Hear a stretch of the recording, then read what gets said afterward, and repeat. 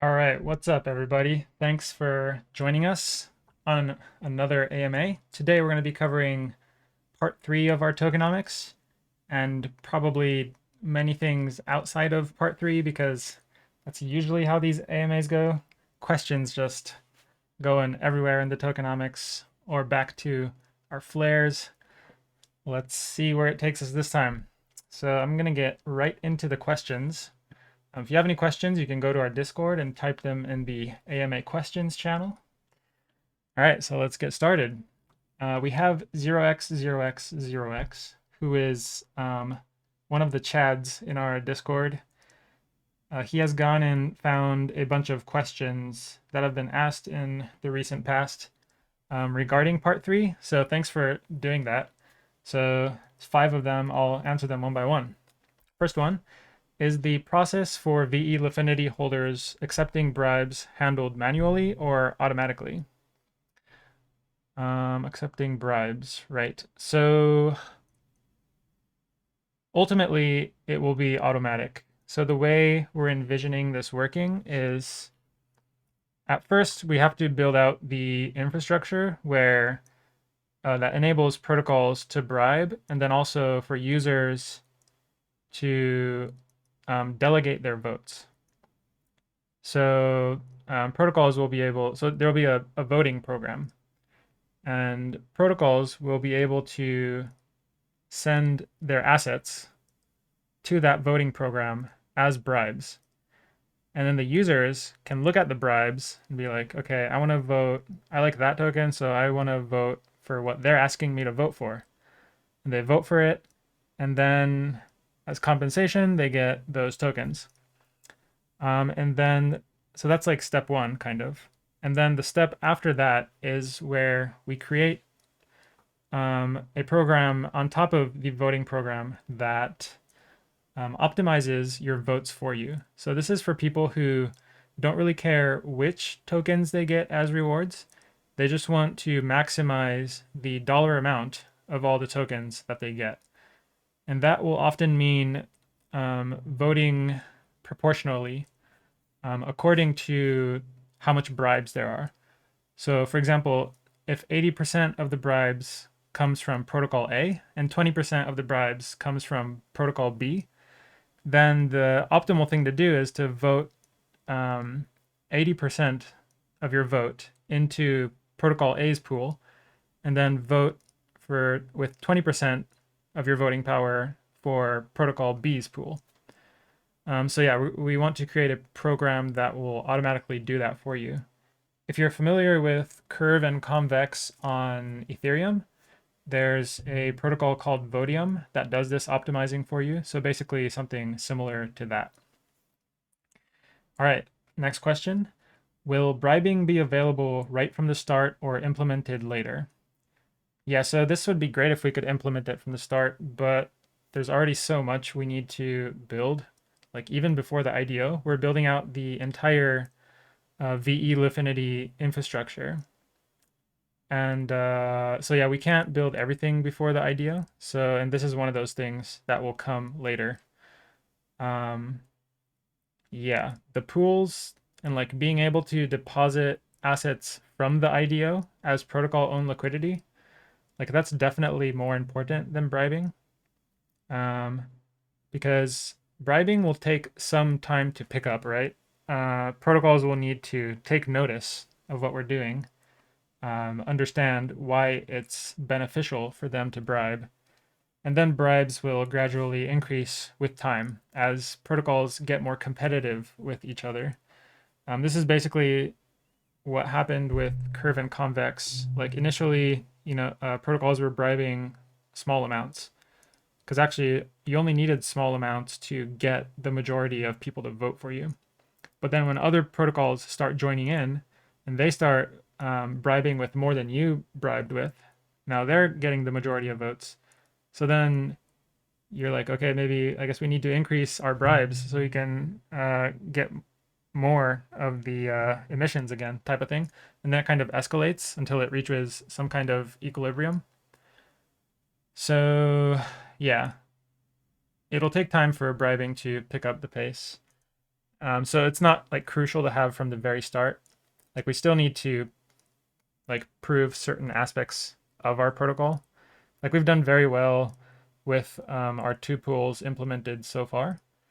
But yeah, we need to scale to a lot more pools, open up for deposits, um, have all the mechanisms related to VE Lifinity in place, all these things. So yeah, those things need to take precedence.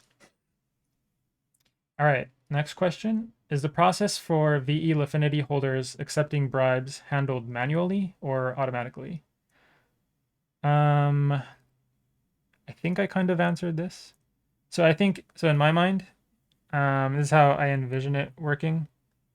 I'm not building it, so like I may be wrong. But so like once we have that program that optimizes your votes for you, then you can basically just delegate your vote once to this program, and then it'll keep voting for you whenever there's a vote until you stop it. You stop delegating your vote. So it's just like a one and done thing. So it should be like fully automatic, I think. But before we create that optimizing program, there should be a period where it is manually, where you have to do the vote yourself each voting period. And then continuing with the question, it almost seems like they don't grasp the importance of having permanent liquidity source for their tokens. Um, I guess that part was probably taken out of context, wherever that question was taken from. So I'm just gonna skip that. Oh, okay. 0x0x0x said they messed up, and here's the full question. Have you spoken to any Solana protocols about the bribing mechanism Lifinity will be using? It almost seems like they don't grasp the importance of having a permanent liquidity source for their tokens. So we haven't spoken to any protocols yet. Um, yeah, I guess the thing is like most protocol devs are probably quite busy, so I doubt like many are paying attention to us. That's just a guess, but and I mean it's not even live, so yeah, not really. Um, and yeah, I mean to be honest, like not worried about it because um, like when it does go live, I think they will be made to know about it. Like I think there will be no ignoring it. Especially if like they're doing other types of incentivization. Like for example, if they're doing protocol owned liquidity through other services, if their users are aware of us, they'll probably ask their protocol, "Have you considered using Lifinity because that's actually cheaper and like in the end creates less sell pressure, for example." So yeah, that yeah. So I think when the time comes, they will know. But yeah, now's not that time. At least for most devs, probably. All right, number 4. How much in revenue can we expect from delegating votes through bribing? What are the percent numbers behind it? So this is totally impossible to predict. So it's dependent on a few things. One is the price of the LFNTY tokens, because like those are the emissions, right? Those are like you can buy that as VE Lifinity with LP tokens. So the higher the value of the Lifinity tokens, that means the more LP tokens we're able to acquire. And if we're able to acquire more liquidity, that means it's more it's better from the perspective of other protocols because they get more bang for their buck. Um, so that's one factor, and the other like main one is like the each protocol's different needs and their perspective on protocol own liquidity. Because there is like a sort of trade-off where if you do protocol own liquidity or like a pseudo protocol own liquidity through us, where they secure liquidity for their protocol, but they don't own it the way they would with other protocols. Like the thing is, it's cheaper with us, so that's the advantage. But they don't own the liquidity, and even though we're just going to leave the liquidity on our platform and generate trading fees with it, like no intention of like rugging them, like acquiring the liquidity and then like selling their tokens or anything like that. Obviously, because they're not in control, like some protocols are going to be worried about that. Like, and they may consider like actually owning the liquidity to be like of paramount importance. And so for them, like Lifinity might not be a good fit. And for other protocols, they're like, well, if it's cheaper, hell yeah, let's go with that. So I think, so yeah, it'll depend on that, how how palatable people find our mechanism to be. And like I have no way of predicting that. Um, so if you want like a an idea of what the numbers could be like, the only thing I can really suggest is to look at the numbers behind Curve and Convex, like how much did they get from bribes. And actually, I'm not sure. I know that I've seen like something like 60% APR for Convex, but I'm not sure if that's just for bribing. It might include other like staking rewards or something. But I do know like protocols are bribing with millions in their tokens, like millions of dollars worth of their tokens each week, which is like an insane amount. So I think it's definitely possible that the the revenue from bribing is substantial, but yeah, there's really no way to know it beforehand. So yeah, gonna take a sip. Okay, next question. Last one from 000X. What currency, coin, token will other protocols pay us in for bribes? And are we actually receiving these tokens, or is it more to do with receiving it in VE Lifinity? Okay, so the protocols can bribe with whatever they want. They can use USDC, Sol, their native token. I assume that pretty much every protocol is going to use their native token because that's the asset that like every protocol has a ton of, right? Um, they have like huge treasuries of their own token. So I think they will definitely use that rather than like USDC or Sol or whatever.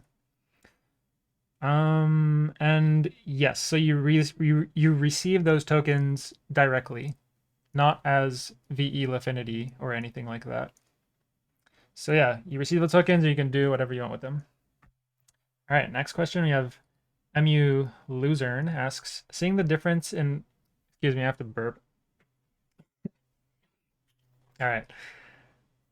Asks, seeing the difference in performance between Sol and MSol pools because of difference in Oracle, aren't the pools somewhat limited on pairs with high liquidity? Um, all right, so I think MU is referring to our most recent Medium article where we pointed out that our MSol USDC pool did not perform as well as our Sol USDC pool.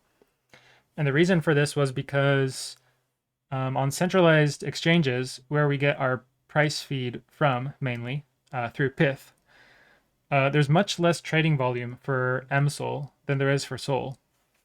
So the price of MSol on the Pith price feed updates much less frequently than Sol. And this is disadvantageous for us because basically it just means we have much less information to make intelligent trades on. So it makes us closer to a constant product pool on Solana, on a DEX. And as you know, constant product AMMs have a ton of impermanent loss. They don't have the mechanism to avoid impermanent loss like we do. So yeah, this is not ideal because then we're I mean, we're not quite, yeah, we're definitely not at the level of um, a constant product AMM with the MSOL pool, because as we mentioned in the article, we still had a market making profit, which means we bought low and sold high, which is impossible for constant product AMMs to do. So like we still have some benefits. It was just like much less than the Sol USDC pool was able to do. They had a market making profit of like 60%, whereas MSOL had like 5%. So let's see. So yeah, just to give that background, and then your question, aren't the pools somewhat limited on pairs with high liquidity? So I'm not sure why this would make you think that, because like the Sol USDC pool is the pool, I mean, yeah, is the pool with the highest liquidity, the most trading volume, and like we have phenomenal yield on it. We had a total of approximately 120% APR in the first 2 weeks since launching on Jupiter, which is like insane. Um, and yeah, just to mention one more thing from the article, the devs basically figured out a way that um, they can trade the MSOL USDC pool um, based on the Oracle price of Sol, because the price of MSOL is basically pseudo pegged to Sol. It's like pegged to Sol plus the staking rewards of Sol. So yeah, we can basically trade based on that, and then we can have the all the price update information that the Sol USDC price feed has. So yeah, basically can do the intelligent trades. Okay, so MU says because of the Pyth Oracle, with low liquidity you have little information. Um, right. So wait, so low liquidity, little information, not good. In your question, you said, aren't the pools somewhat limited on pairs? Oh, you mean like, aren't we limited to pairs with high liquidity? Um, so I think it's all relative to dexes. Like, um, so let's see. What is a low liquidity pair? With a Pyth Oracle price feed. I need to look at the what price feeds Pyth has again. Um, but yeah, like it's kind of like it goes hand in hand. So like Pyth doesn't have price feeds for assets that aren't on centralized exchanges. So, and if it is on centralized exchanges, then it probably has decent trading volume. Um, and like so like usually the volume on centralized exchanges is much more than on decentralized exchanges. So yeah, I guess it's how well does that relationship hold? I think it's generally true. Um, I think MSOL is more of an anomaly. I mean, yeah, it's kind of I didn't even know like MSOL was on centralized exchanges until we like added the pool. Um, because it's like it's a very DeFi native thing. So it kind of struck me as strange that it's on centralized exchanges. Like seems like everyone would rather trade Sol than MSOL, just because like I mean most people don't even know what MSOL is, right? Anyhow, yeah. So liquidity is definitely a factor in like how profitable we would be able to be, or rather, actually, not even liquidity. It's like it's the volume. The volume is the main thing, but of course, liquidity correlates with volume. So anyhow, yeah, I mean, there's some kind of lower bound where like some pool is like not worth trading because Like the trading on centralized exchanges and decentralized exchanges is like essentially the same. Like so that's the case when yeah, we have no advantage because the oracle isn't telling us anything more than it is than constant product pools are telling us. So that's when we would not have the advantage. But I think that's pretty rarely the case. All right. Um, where are we at? Okay. Marco asks, will fees be directed to LP tokens, VE Lifinity, or both? That is, if I only provide liquidity and don't own any VE Lifinity, will I be getting some percent of fees generated? Yes. So fees will be in LP tokens. So basically, it's like self compounding in a sense. Like, I mean, so in your wallet, you have a fixed number of LP tokens, right? And that number won't change. What does change is the amount of assets that those LP tokens can lay claim to. So, for example, say you have one LP token after depositing one SOL and $100, and then a month later you withdraw it and you have 1.1 SOL and $110. So basically, yeah, you can claim more assets later because the size of the pool or the assets in the pool has increased. Yeah, and that's regardless of whether you own VE Lifinity or not. All right, continuing with the question, or are 100% of fees going to LPs? And since Lifinity owns a lot of LP, all the protocol owned liquidity generated fees pass through to VE Lifinity holders. Yeah, so part 4, which is going to be our next article on our tokenomics, we're going to go into all the juicy details of like how we split the revenue generated between LPs and the protocol, and then how the protocol uses the revenue that it generates. How it basically how it gives it to VE Lifinity holders in one way or another. TLDR is that we have a target liquidity for each pool because we don't want too much liquidity. We only want liquidity to the point where the trading fees earned per LP token is maximized. So that's like the liquidity we're aiming to get to. And as we approach that target liquidity, the percent of fees that LPs receive decreases. So it's a dynamically adjusting fee based on how much liquidity we have and how close we are to the target liquidity. Yeah. And then for protocol owned liquidity, of course, that always earns 100% of the fees it generates because it's owned by the protocol. So that, yeah, that stays static. But yeah, we'll get into more details on the next article. All right, another question. Also, if I manually vote, would I only be getting fees and bribes from the gauge I voted on? Fees and bribes. So if you vote, you're not getting any fees. Fees, if you're talking about like trading fees, that's a liquidity provider thing. So voting will only get you bribes.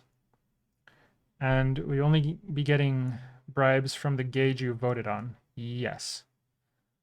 Yeah. But note that you can vote for multiple gauges if you want. That's what the optimizing program will enable you to do. It'll automatically split your vote so that it maximizes the amount of bribes you get. Continuing with the question, or since Lifinity owns different LPs in the treasury, all LP fees pass to VE Lifinity, and just the bribes for the gauges you voted for are passed to you. So yeah, it sounds like you think the like being a liquidity provider and the bribing are like somehow connected, which they're not really. So as a VE Lifinity holder, there's like two sources of passive income. One is the bribes after voting for the bribers' pools, and the other is the revenue generated by the protocol owned liquidity, and also the protocol fees that we get from LPs, the liquidity they provide. And those two are totally separate, but you get both. Yeah. Thanks for all the amazing answers to my questions and these AMAs. So helpful. I'm glad they are. All right. Let's see. Where am I? Okay. Madan asks, how many Solana tokens does Pith currently quote prices for? How many was it? Maybe I should see if I can find it real quick.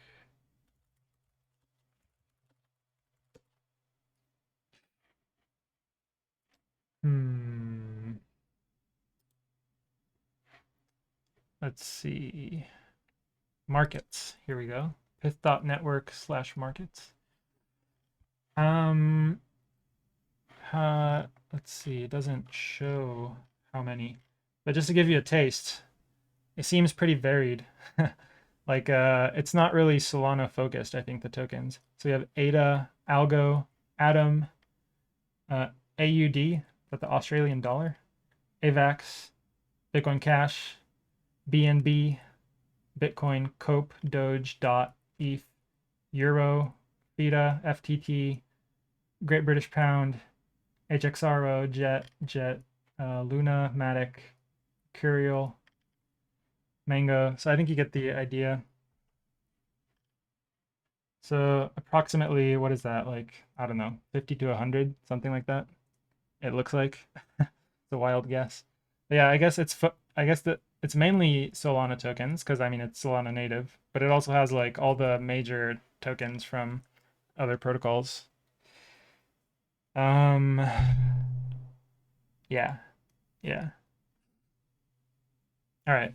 And follow-up question. For other L1 tokens that are wrapped, Pith prices could be different from AMM prices because of the cost involved in bridging, etc. L1 tokens, Pith prices could be different from AMM prices because of the cost involved in bridging. How will you adjust for this? For example, Solit ETH or Wormhole ETH.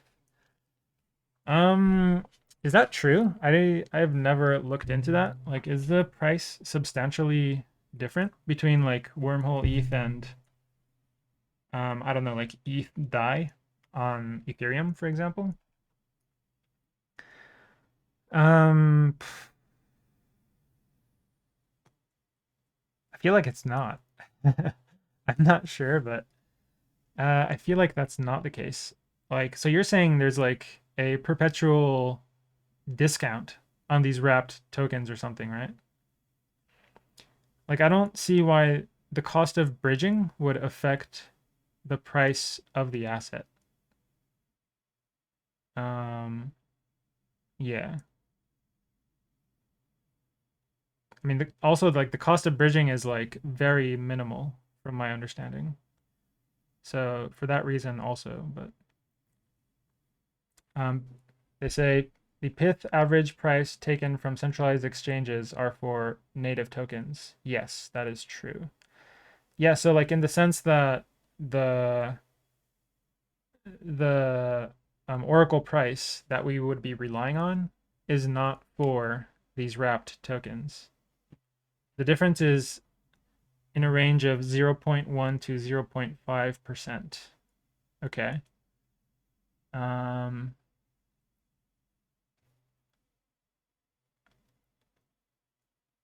Interesting. This is my first time hearing this. We also haven't done any actual pools with wrapped assets yet, but I will keep this in mind. I imagine Luffy would have a better answer on this because the devs are always looking at market data and stuff. Um, Yeah, I'm surprised there's such a difference though. Because like, can't you just arbitrage that? So like say there's a 0.5% discount on wormhole ETH. What you can do is buy wormhole ETH, then transfer it to Ethereum. Then what do? You put it on a centralized exchange, I guess. Somewhere you exchange it for USDC, put it back on Solana, then buy wormhole ETH, and then yeah, there's an arbitrage. Seems like you could be able to do that because like what were the costs in that trade? The bridging, which is very small, the exchange from wormhole ETH to USDC, which is I mean definitely less than 0.5%. Um, so again, like relatively small. And then like exchange transfer fees, which is also small. So I mean, yeah, even like the 0.1%, like it seems like you could easily arbitrage that. They say you have to do everything on chain plus gas and the times it takes to execute. So there is slippage. I mean, but you don't have to do everything on chain. Like I said, you just send it to a centralized exchange. So like the Ethereum part is the expensive part in terms of gas, right? All you need to do on Ethereum is you're sending the wormhole ETH there, and then you withdraw the ETH. I've never done that, so I don't know how much that is. I've sent from Ethereum to Solana, so I imagine it's like about the same.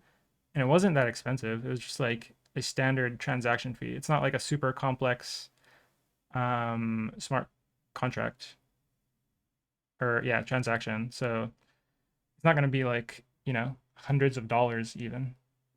Um, and then the trading from the Ethereum to the USDC, you can do that on a centralized exchange, so you can totally bypass the fee and probably get better liquidity too. So yeah, I mean, all like doing all of that, surely it's less than 0.1%. I mean, surely less than 0.5%. Um, yeah. So yeah, maybe I'm too much of a doubter. I'm like a I'll see it when I'll believe it when I see it type of thing. But yeah, I haven't even looked at the data, so I could be like maybe I don't know what I'm talking about. That's my gut feeling about that. Anyways, that's interesting. So thanks for pointing that out. Um, I will definitely ask Luffy about this afterwards. All right. I guess we've reached the end of the questions for now. Somebody is typing, but if someone on Twitter Spaces would like to ask a question, they can raise their hand and I will bring you on stage at the first opportunity.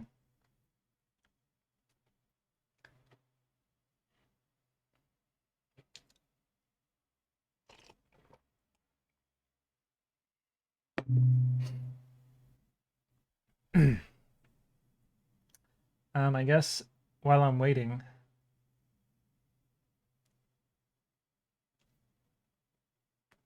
well, I was gonna say maybe I will talk about market making profit, but I'll hold it off because we just got a question. All right, 000X asks, do you think there will be demand from non-Solana tokens to use Lifinity, given that Pyth provides a price feed for it? Yeah, it's possible, like in the sense that like there have been a few, for example, Ethereum tokens that have gained like some traction on Solana. Um, Although like it's mainly been due to liquidity mining. Like what were they? Like one was Uniswap and another one, well, Chainlink's been here for a while, so there's that. And there's another one, but Uniswap, the Uni token, and then like another token like came in around the same time, and it had like insane liquidity mining rewards, like hundreds of percents of APY. So those gained traction at least for a while. I don't know where they are now. Probably the liquidity mining rewards just died out.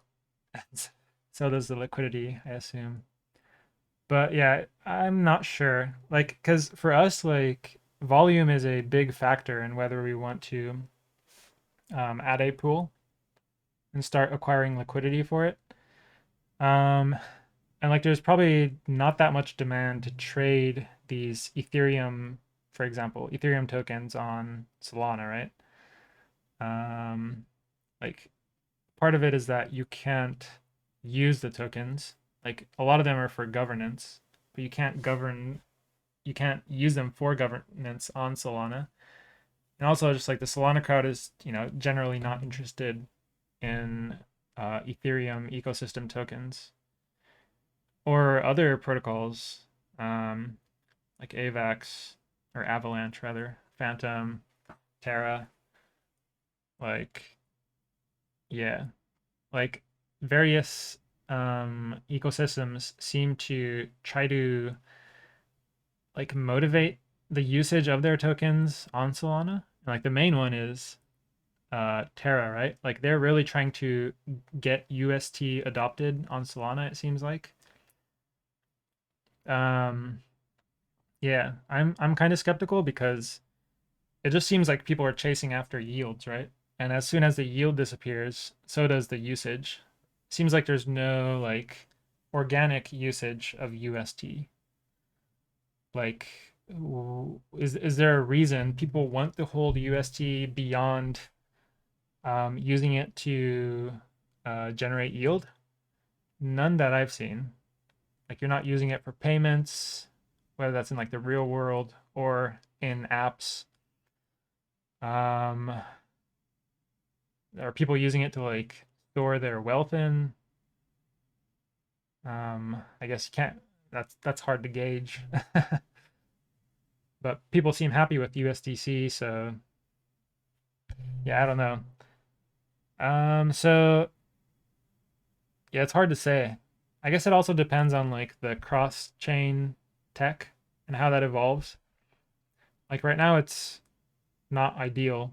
I think it can be improved in a lot of ways. Like having a shit ton of bridges isn't like awesome.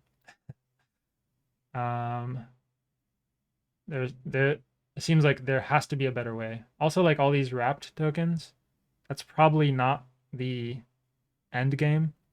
Like ideally, what you can do is I I like sell Solana on Solana on some DEX, and then in the same transaction, I get Ethereum on Ethereum the chain. Like that would be like the native to native swap kind of, rather than having to swap Solana to a wrapped version of Ethereum on Solana. Um, yeah, so it's probably dependent on like how the cross-chain tech evolves. I have no strong opinions on that. Yeah, so yeah, I hope that's a satisfactory answer. Full of vagaries. Let's see. Has anyone on Twitter raised their hand? No, they haven't. All right. Let's see. We're out of questions. Last time we were out of questions around this time, and then we went for another hour and 20 minutes after I waited a while. Never know what happens. I guess I'll just give it a few more minutes, and if there's no questions, I will peace out. But if there are, I'm always happy to answer more.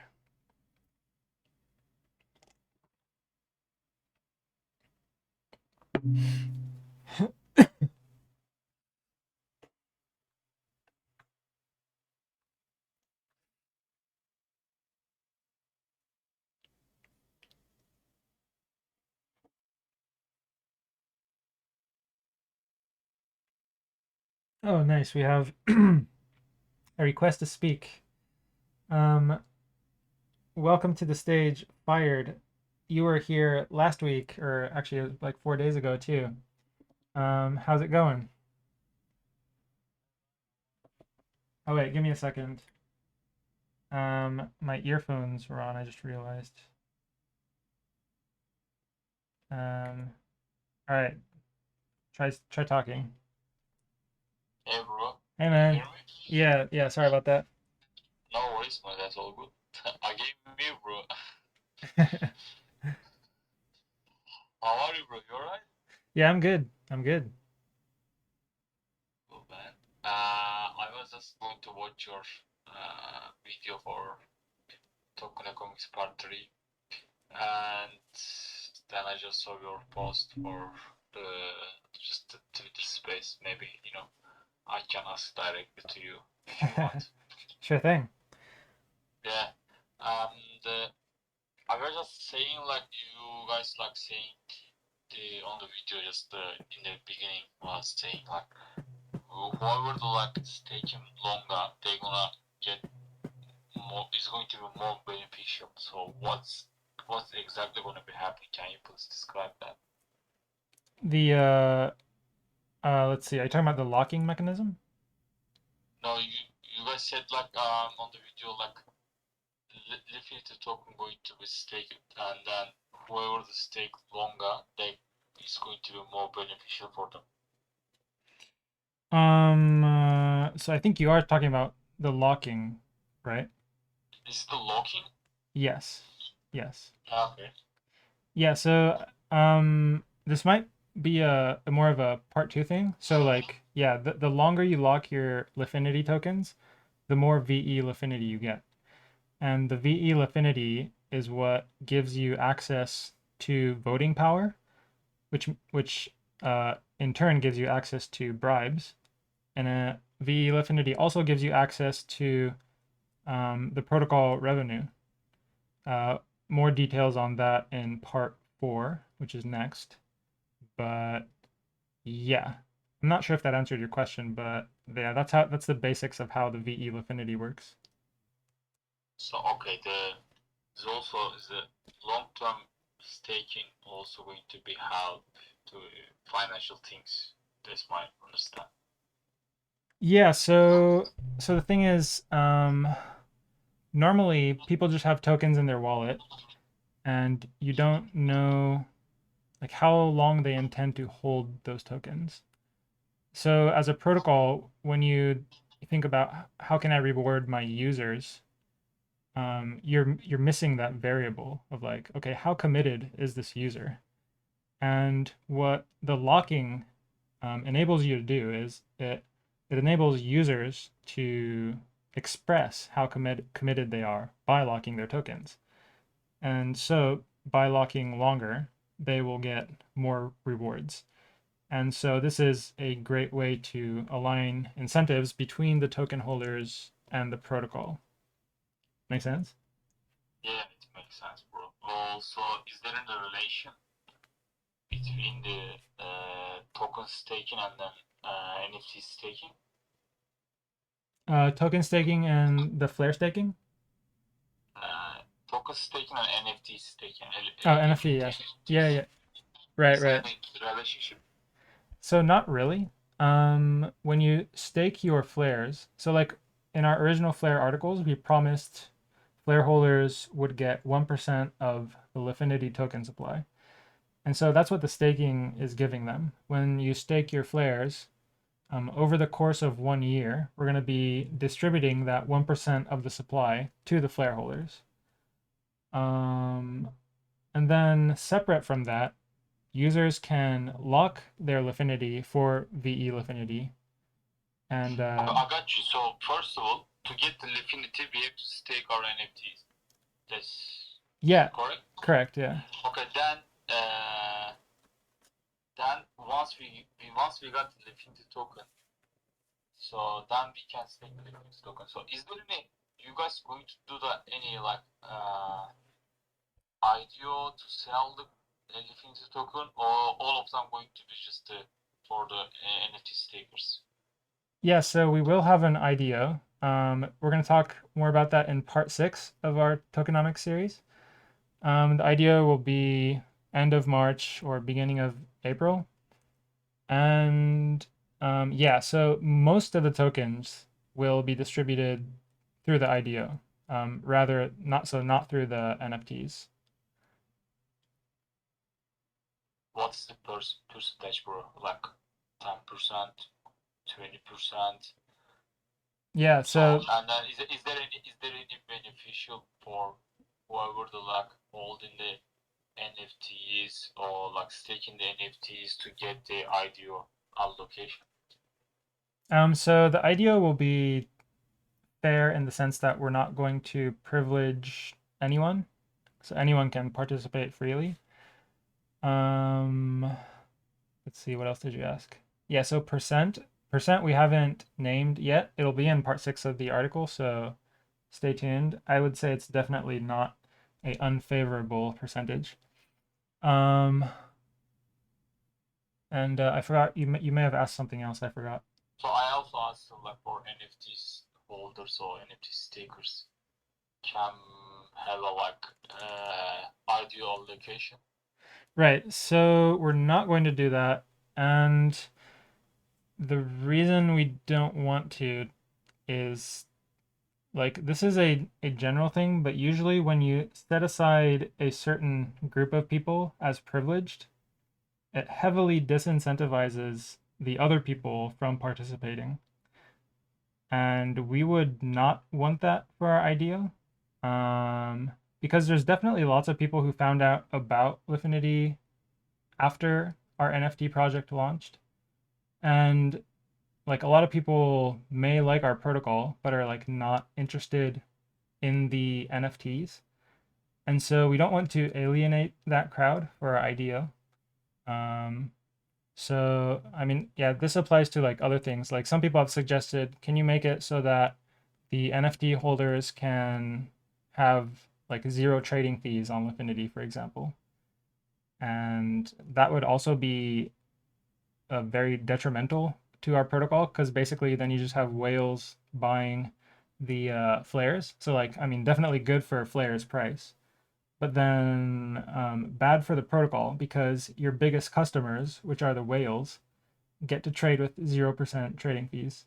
Yeah, no, man. That's I'm with you, bro. There's no make sense. Yeah, I just uh So right now I'm holding the like Lifinity NFTs papers, and I so because your token economics is not very clear at the moment, and we can't exactly say something, and if you can't see the future, what's gonna happen, and it's kind of it's not very easy to invest in any project, yeah.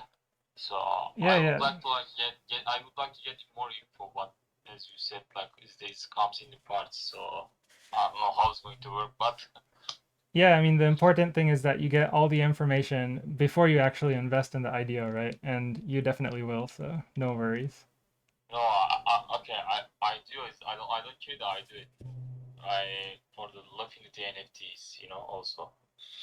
Yeah, true.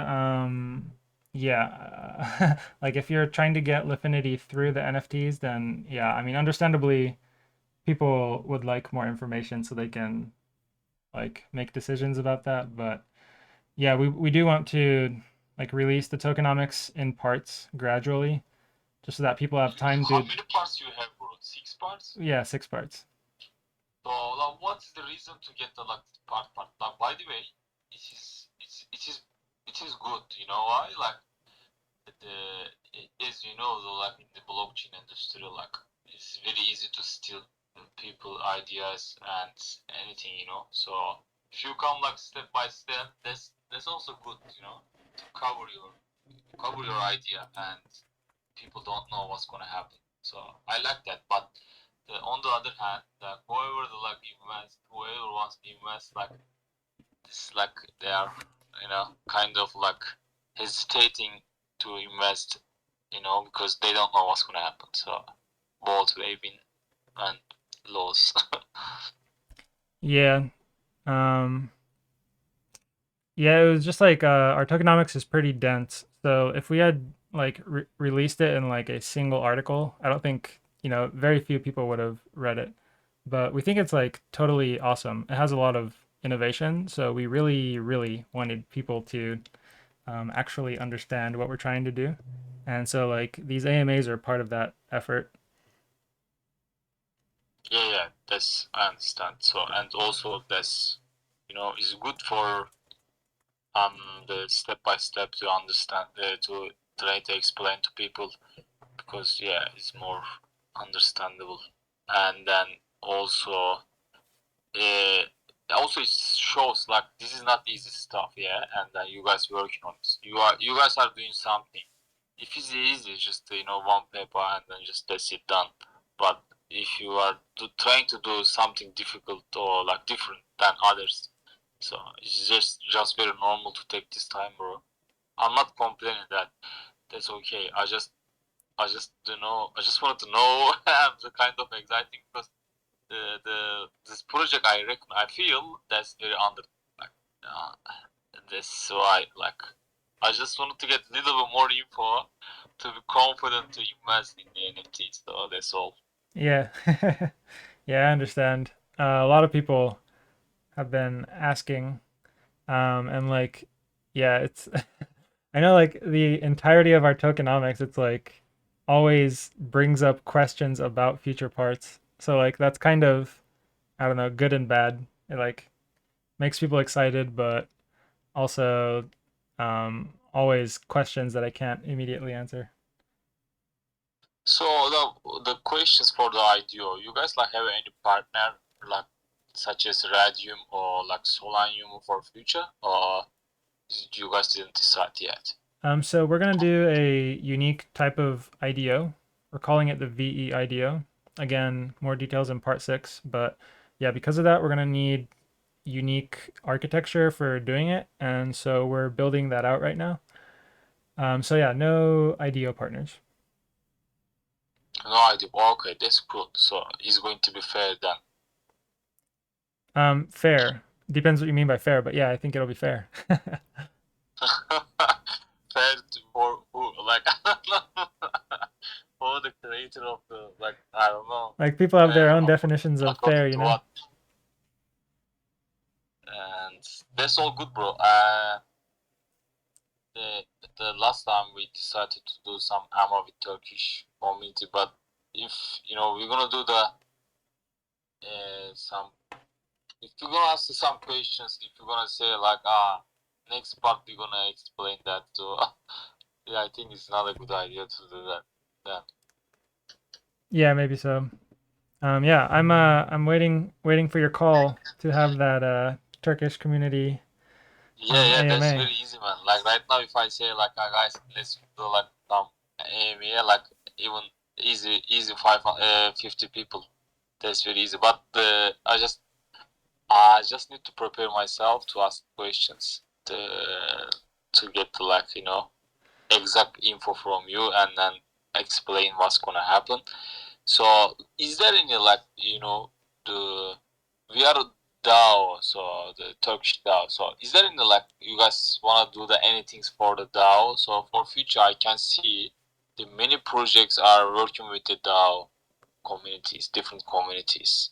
So, as you know, the like communities are very important in blockchain. So, if any doesn't matter what kind of technology you have, if you don't have a community, you're nothing. So, is there any plan for that? For community building? Yeah, community like as a DAO. Yeah, I mean like so we do have plans for what we expect our DAO to govern.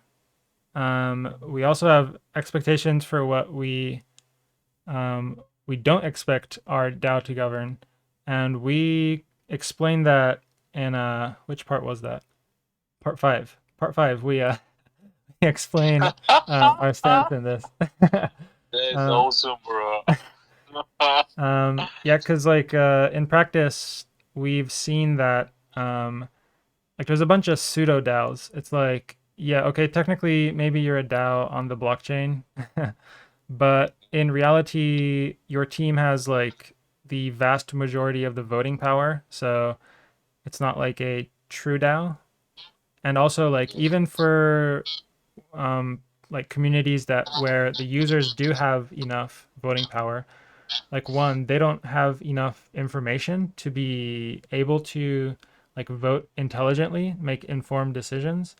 And two, like they're not interested in voting because they feel like their voting power is so small that it's like not worth putting the time and effort into. So yeah, so thinking about those things, our basic stance is like we want our token holders to be involved with votes that involve money. So, like for example, um, like voting for which pools the emissions go to. That's one because, like, I mean, that's one direct way where they can get money through bribes. Another one is like how we use our treasury, because that will directly affect them. Because depending on how you use it, it could create or it could release new tokens into the circulating supply, which has the possibility of creating sell pressure.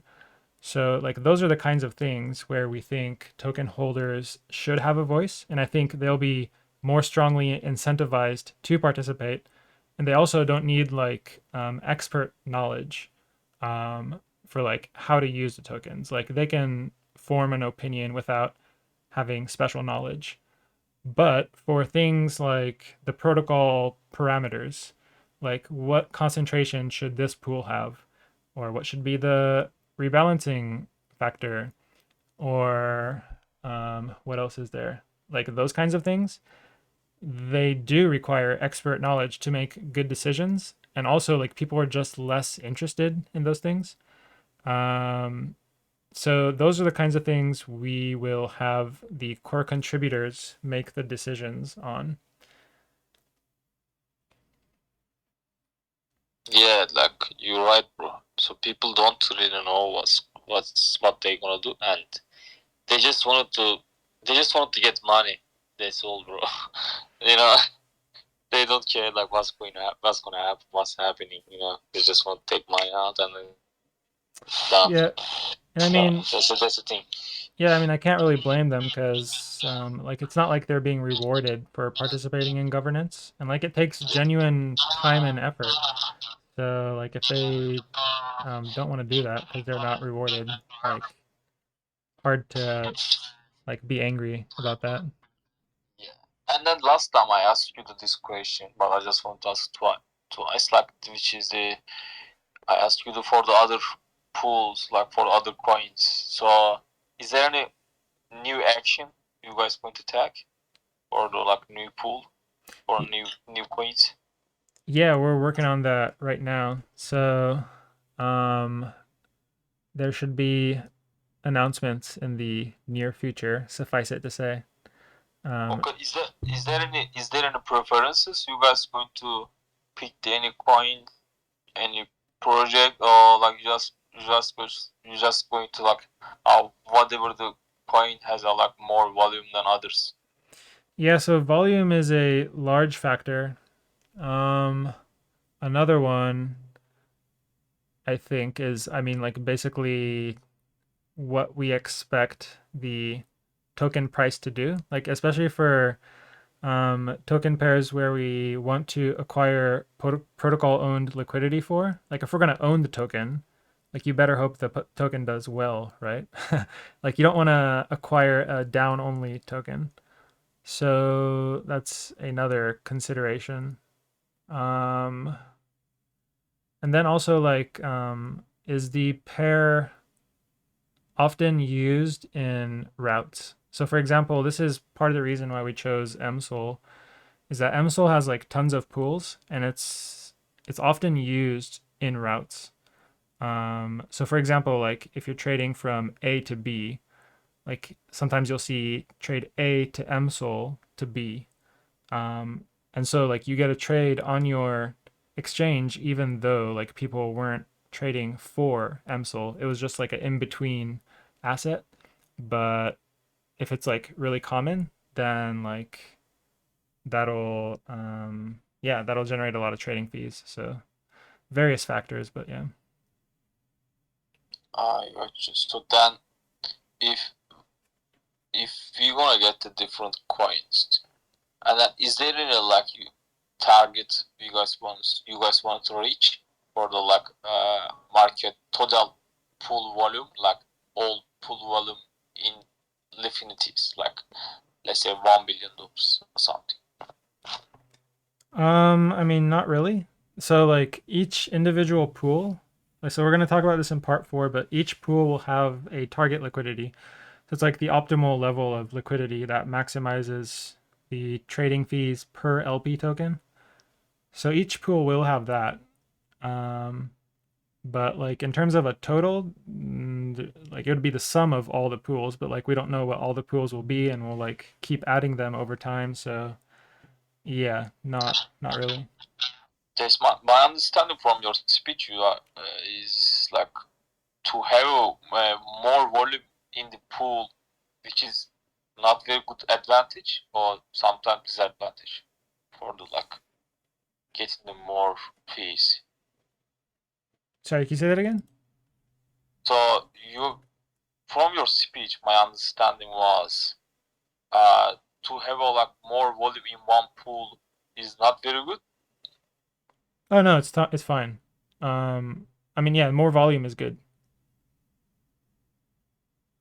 Okay, so more volume is more power. I mean, just this was my it was my no, so I don't know. Then you said anyway. Um, the is there any new thing you guys like to get more fees from the pool? You guys working on it something? Is there more what? More fees like transaction fee. Um, what do you like? Are we looking to increase it? Is that what you're saying? Yeah, I'm just like last time you explained your formula how you work, but so you guys like trying to do something different than what we have at the moment. I mean, so we want to maximize revenue, and revenue is trading volume multiplied by trading fees. So there's a trade-off here. You can increase your trading fees, but that's going to decrease your volume because if it's more expensive to trade on your platform, you're going to get less people trading there. So you have to find the optimal level, and right now that's 0.04%. Mm, yeah, I got you. So because yeah, the last time, like recently, I saw the like Radium is the top one, is the best pool on Jupiter. So I think Radium realized something. This or not, I don't know. Uh, Radium was always known. I'm just like they were not like best swapping option, but recently they became their best one. So I think is they realized something. for Sol USDC. They sold this I'm talking about. I mean, it's possible for them to have the best price at like any moment in time, but any moment in time is like not very meaningful. You need to look at like averages across time.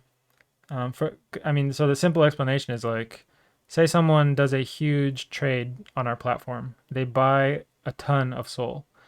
Then our pool is currently slightly imbalanced. It means we have tons of USDC and not enough Sol.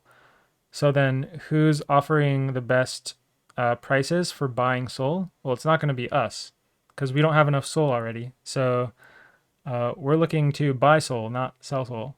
So like in that kind of situation, we're not going to appear at the top of the pool. Yeah, I mean in general, like the pool that appears at the top is um, dependent on various factors. One is that pool balance, and another is like what is the price of Sol on a centralized exchange. So even if we didn't have a giant trade to imbalance our pools, if the price of Sol on Radium is $100, but then it moves to $95 on a centralized exchange, well then we're going to adjust our prices to 95, and Radium is still at 100. So everyone looking to sell Sol is going to get a better price on Radium. So like these things happen all the time. Like we're never going to be at like we're never going to offer the best price like all the time. It's just a statistical thing. It's like we're Yeah, gonna, I got you. So yeah. if your pool is very strong, then maybe different story. But yeah, you're right. Yeah, that's very cool, man. And then so that's all, man. For now, my questions. But my questions before whatever I asked, you said like the next parts are going to answer my questions. So and then other than that, that's cool, man. I'm very happy to like see the little bit decrease the NFTs price, low price, so I can Yeah, buy more. yeah, more buybacks. Yeah, and last week you burned 23 NFTs. So the questions for the NFTs, burn NFTs, they never gonna come back to circulation. Yeah. I mean, so none have been burnt yet. We've bought them back and they're sitting in the treasury. And then the flare holders get to decide what to do with them. Okay. The technique because it's not burned, it's still in the wallet. Yeah. Okay. So then I'm going to DAO going to decide what we want to do with that. Yeah. If you're not on are you on our Discord? I should be. Maybe I'm not. I don't know. Let me check. Sir, what are you doing not on our Discord? You're right, man. Whatever you want to say, you're right. I think All right, but I should. speaking of Discord, we have some questions over there, so I think I'm gonna move over to those. But yeah, thanks for coming on again. Yeah, no worries. Then yeah, I fill up the limit of the Discord channel, so I need to leave a couple of Yeah, times. I know the problem. All right, All the man. time, exactly, man. Yeah, cool. All right, I'll talk to you later. So yeah, Thank man. Thanks, man. Thanks for answering my questions. I'll talk to you soon, bro. Cheers. yeah, thanks again. Bye. All right. Uh Give me a second. All right, so let's see. We have Madan with a ginormous question. So this is my understanding of part 1 through 3 so far. Is this correct? 1. Lifinity holders won't receive any share of trading fees generated by the protocol, but 50% of the fees earned will go towards Lifinity buybacks. Okay, so this is not correct, actually. So, details in part 4. Part 4 is where we talk about our trading fees, our market making profit, and how we use our revenue. So, the TLDR is that we give 50% to VE Lifinity holders. Oh, so actually, if that's what you meant, yes, Lifinity holders don't get anything. VE Lifinity holders do get stuff. So if you lock your Lifinity for VE Lifinity, then you get access to protocol rewards. So 50% of the revenue goes straight to VE Lifinity holders, and the other 50% is used for buying back Lifinity. So basically, it all goes to holders in one way or another. Half we just hand over to VE Lifinity holders straight up, and the other 50% we buy back Lifinity, which increases the price of the tokens that they locked. So yeah, everything goes to benefit VE Lifinity holders. All right, then part 2. You say Lifinity holders can lock their tokens for 7 days up to 4 years and receive VE Lifinity tokens. VE Lifinity holders get a share of fees from pools they voted for. VE. Yeah, so no. The first part is correct. The second part, VE Lifinity holders get a share of fees from pools they voted for. No. So the pools you vote for, you're voting for emissions to go to that pool. And again, in part 1, we explained that the way we acquire protocol owned liquidity is by selling by selling Lifinity tokens as VE Lifinity. So we're selling Lifinity, but we're locking it into VE Lifinity so that when you receive it, you get VE Lifinity. And we sell those in exchange for LP tokens. And so that's how we acquire the protocol owned liquidity. Let's see, where was I? I forgot why I even mentioned that. Okay, so you're saying VE Lifinity holders get a share of fees from pools they voted for, which they don't. So what you're voting for, oh yeah, that's right. So what you're voting for is those emissions. Which pools get the Lifinity to sell as VE Lifinity so that those pools can acquire protocol owned liquidity? Now, why is that useful that you can vote for which pool it goes for? It's useful because, as we saw in part 3, other protocols will be willing to bribe you to vote for their pool so that they can secure liquidity for their tokens. So that's how you can have a source of passive income from the voting power, from the bribes. Um, so that's like the one thing. And then the other thing about VE Lifinity, I already mentioned this, but you also receive protocol rewards. 50% of the revenue just goes straight to your pocket. Okay. And then part 3, LP tokens can be exchanged for VE Lifinity tokens. Yes. This is a permanent exchange. Yes. This is the only way new Lifinity tokens are introduced into the circulating supply after the IDO. Let me think that to make sure that's true. So there also is the 1% of Lifinity tokens that's set aside for flare holders. So that will be distributed for a year. And then after that ends, yes, the only way new Lifinity tokens enter the supply is by users buying VE Lifinity with LP tokens. Correct.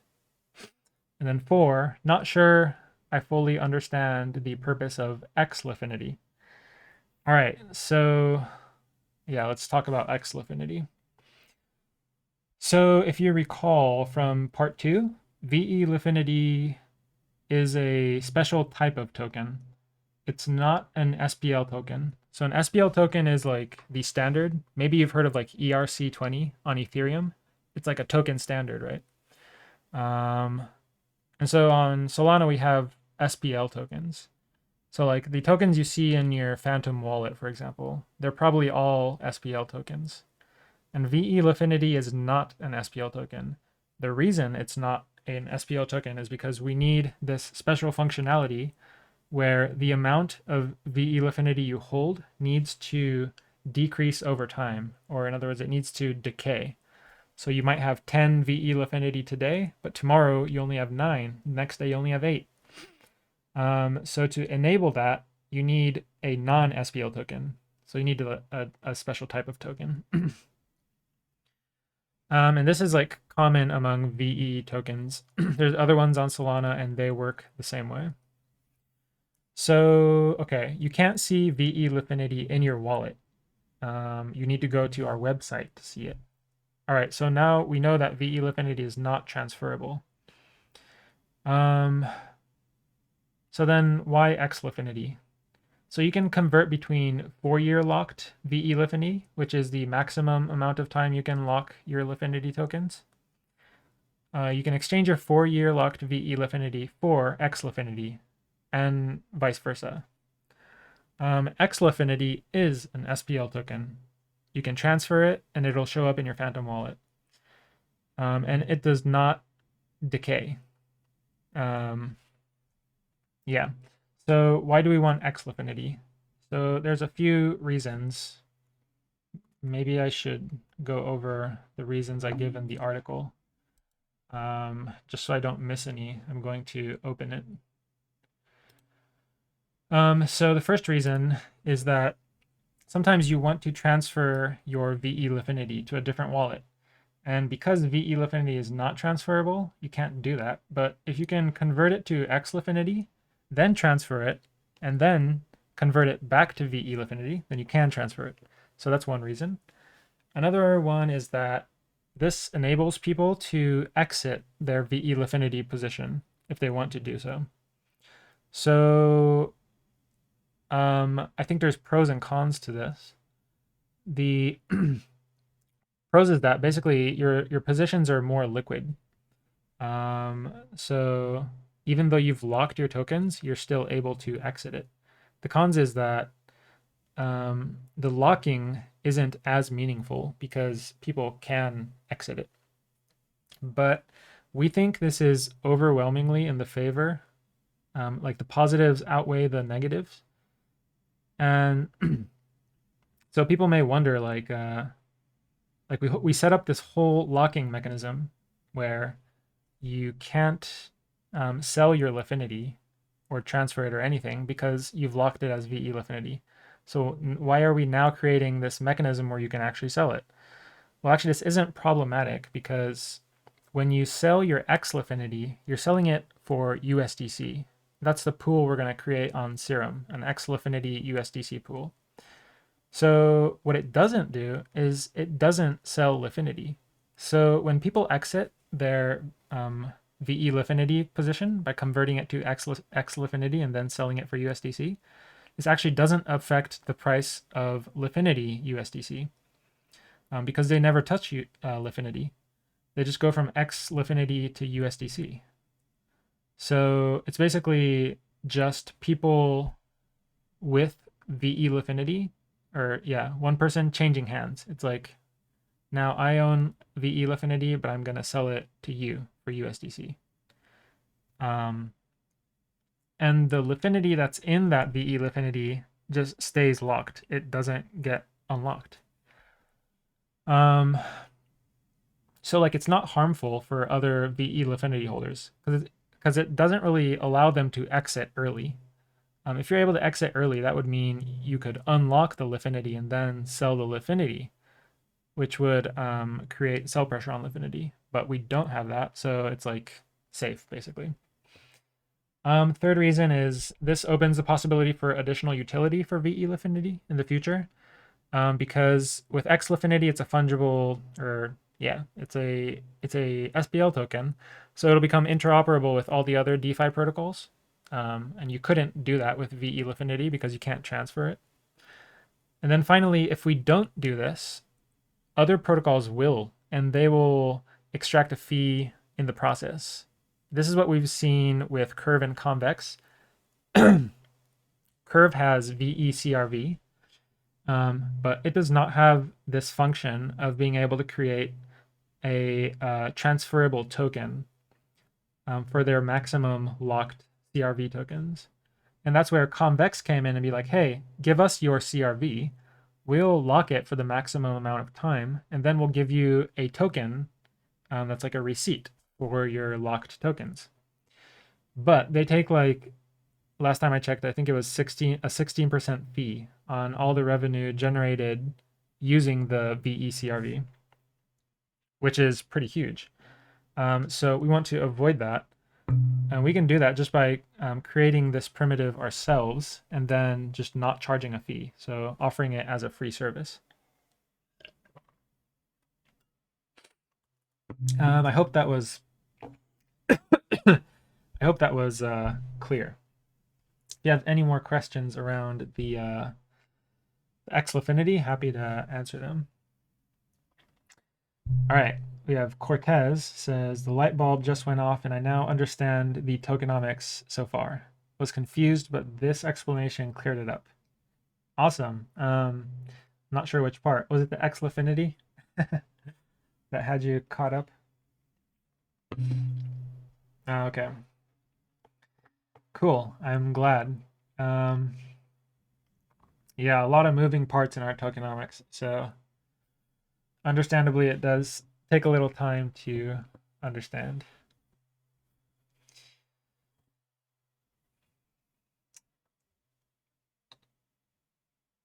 Being able to exit at any time is a godsend. Yeah, so the other thing about this is the only way you can exit is by locking for 4 years, right? So like a side effect of this is that if people want to exit, they have to lock their tokens for the maximum amount of time. So in the end, this can contribute to more Lifinity tokens being locked, which is good for the Lifinity ecosystem. All right, Madan follows up, says, so Lifinity Treasury provides liquidity for X Lifinity USDC on Serum? No, actually. So we mentioned this in the article that we're going to create this market, but we're not going to provide liquidity for it. The reason is like we want to create a way for people to be able to exit, but we're not like desperate to make sure that people are able to exit at a like awesome price. So it's totally up to users to provide this liquidity.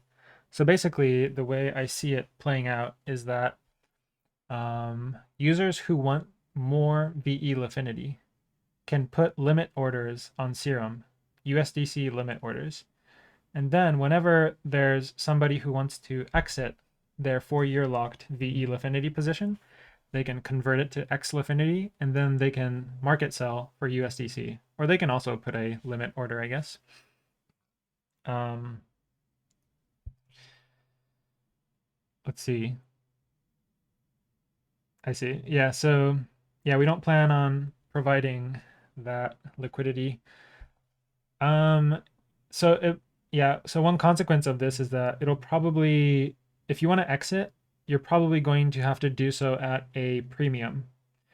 I don't know what size that premium will be. I guess it's basically dependent on how much demand there is for VE Lifinity. But yeah, it's entirely dependent on the liquidity that other users provide. Um, yeah, there you have it. Let's see.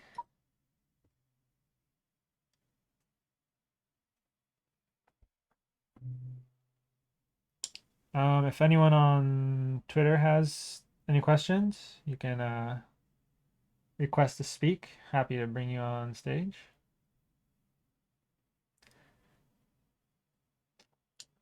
Thanks for the questions, Madan.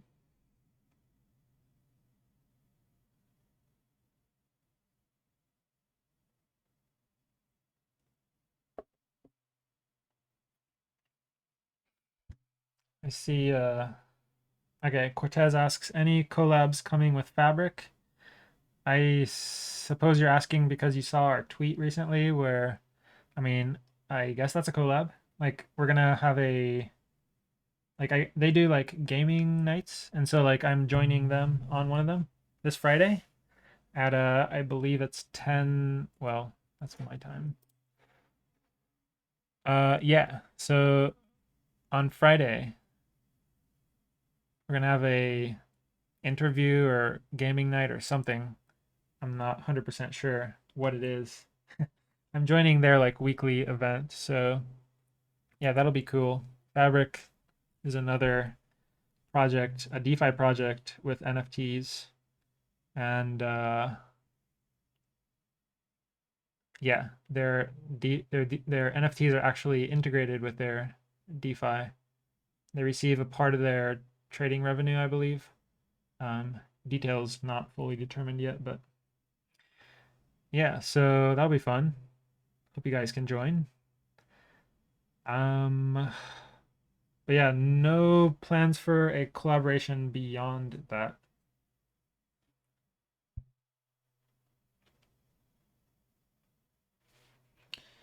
All right, well, we've gone through all the questions. So I guess I'll wait a few more minutes if anyone's got any last minute questions. And if not, I will peace out.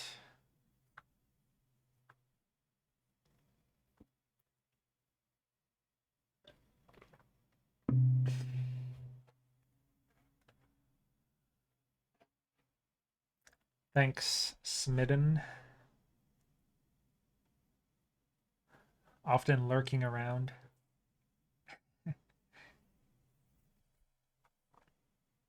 Thanks, Pops.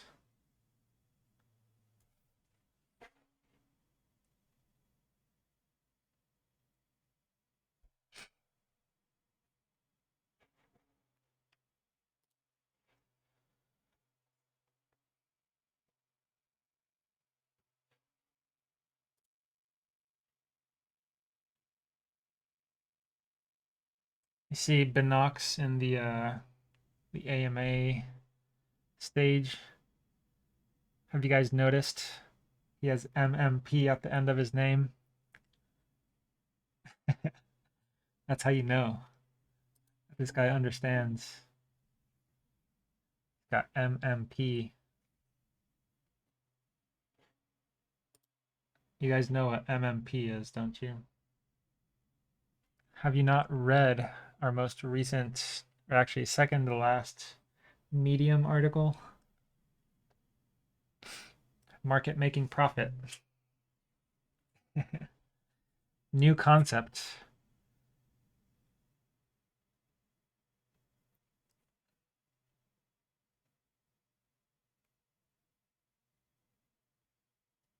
All right. Well, looks like there are no more questions. So, yeah, thanks everyone for joining. Thanks for the good questions. Stay tuned for part 4, where we cover revenue, our trading fees, and our market making profit, and how we use our revenue to reward VE Lifinity holders. Other than that, let's see, was there anything coming up? Yeah, I mean, there's our joint appearance with Fabric on Friday, and pool's opening soon, which is exciting. Um, yeah, I think that's about it. All right, guys. Until next time. Cheers.